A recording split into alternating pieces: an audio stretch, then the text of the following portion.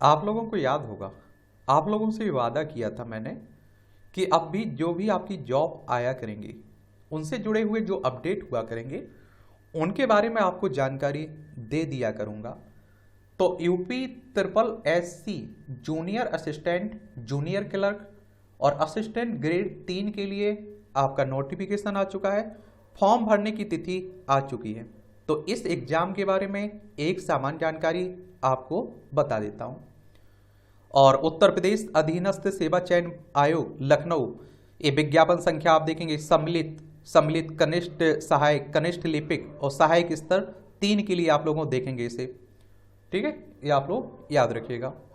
अब आप देखिए इसमें विज्ञापन के प्रकाशन की तिथि 4/8/2023 है और ऑनलाइन आवेदन शुल्क जमा करने की प्रारंभिक होने की तिथि ये आप देखते हैं कि 12 तारीख से शुरू हो चुका है।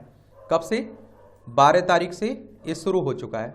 ऑनलाइन आवेदन शुल्क जमा आवेदन सबमिट करने की अंतिम तिथि 3/10 रखी गई, 3 अक्टूबर रखी गई है। और शुल्क समायोजन आवेदन में संशोधन की अंतिम तिथि 10 अक्टूबर रखी गई है।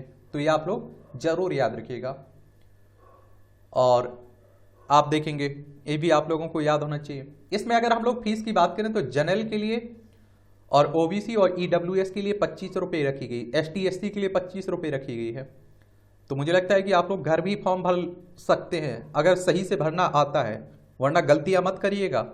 वरना आप देखेंगे ऑनलाइन आपका जो भी जहां भी सुविधा हो वहां से फॉर्म भर लिया करिएगा।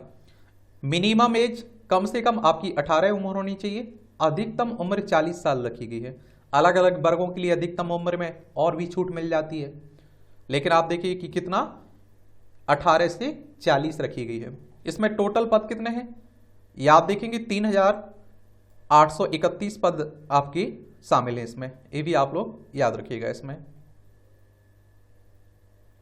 और सम्मिलित कनिष्ठ सहायक, कनिष्ठ लिपिक और सहायक स्तर 3 मुख्य परीक्षा हेतु अभ्यर्थियों की शॉर्ट लिस्टिंग उनकी प्रारंभिक अर्हता परीक्षा 2022 के स्कोर के आधार पर की जाएगी। ये भी आप लोग याद रखिएगा।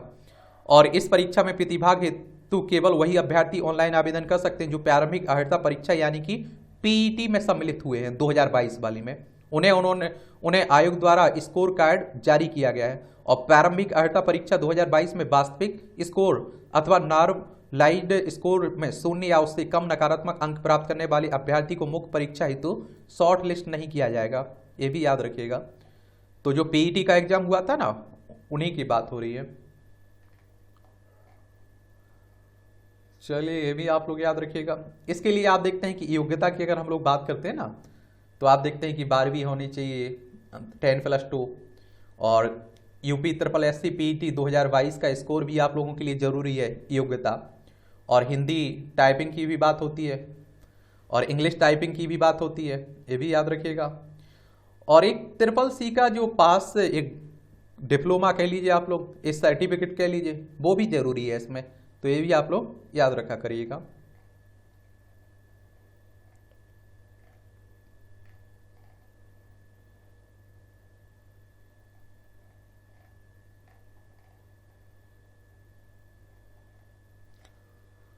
आप लोग बताइए किसने किसने दिया था वो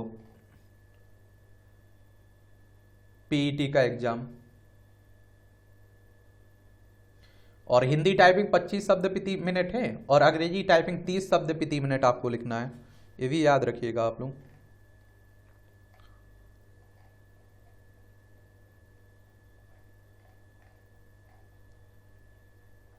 ये नोटिफिकेशन आपका पीडीएफ टेलीग्राम पर डाल देता हूं, वहां से डाउनलोड करके पढ़ लीजिए, अच्छे से बैठ के पढ़ते रहिए आप लोग।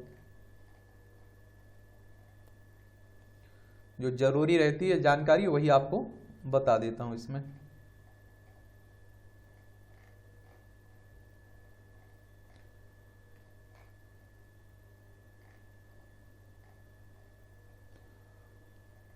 सभी एग्जाम देते रहा करिए जो आपको लगता है कि अच्छा आपके लिए अच्छा है।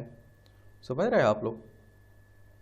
आपका सिलेक्शन एक बार हो जाए फिर आप लगे रहिए। अब आप देखिए परीक्षा योजना की बात करें तो लिखित परीक्षा एक पाली की होगी जिसमें प्रश्नों की कुल संख्या 100 तथा समयावधि 2 घंटे की होगी। और परीक्षा के प्रश्न वस्तुनिष्ठ एवं बहुविकल्पीय प्रकार के होंगे। प्रत्येक प्रश्न 1 अंक का होगा। लिखित परीक्षा हेतु ऋणात्मक अंक, निगेटिव मार्किंग दिए जाएंगे। जो प्रत्येक गलत उत्तर पर उस प्रश्न के पूर्णांक का 1/4 भाग यानी कि 25% अंक कटेगा।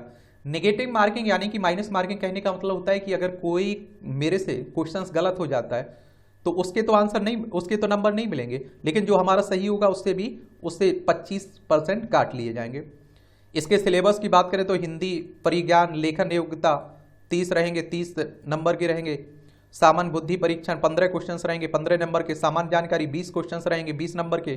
कंप्यूटर एवं सूचना प्रौद्योगिकी की अवधारणाओं एवं इस क्षेत्र में सामयिक प्रौद्योगिकी विकास एवं नवाचार का ज्ञान 15 नंबर के रहेंगे, 15 क्वेश्चंस 15 नंबर के। उत्तर प्रदेश राज्य से संबंधित सामान्य जानकारी 20 क्वेश्चंस रहेंगे, 20 नंबर के ये रहेंगे। टोटल इस तरह से 100 रहेंगे और 120 मिनट मिलेंगे, यानी कि 2 घंटे का आपको समय मिल जाएगा इसके लिए, ये याद रखिएगा।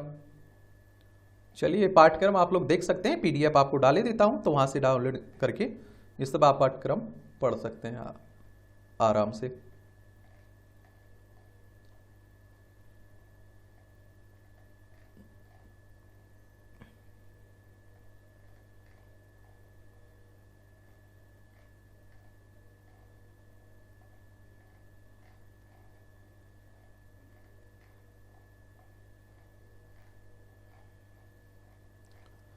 इंग्लिश में आप देख रहे हैं, देखने को मिल रहा है।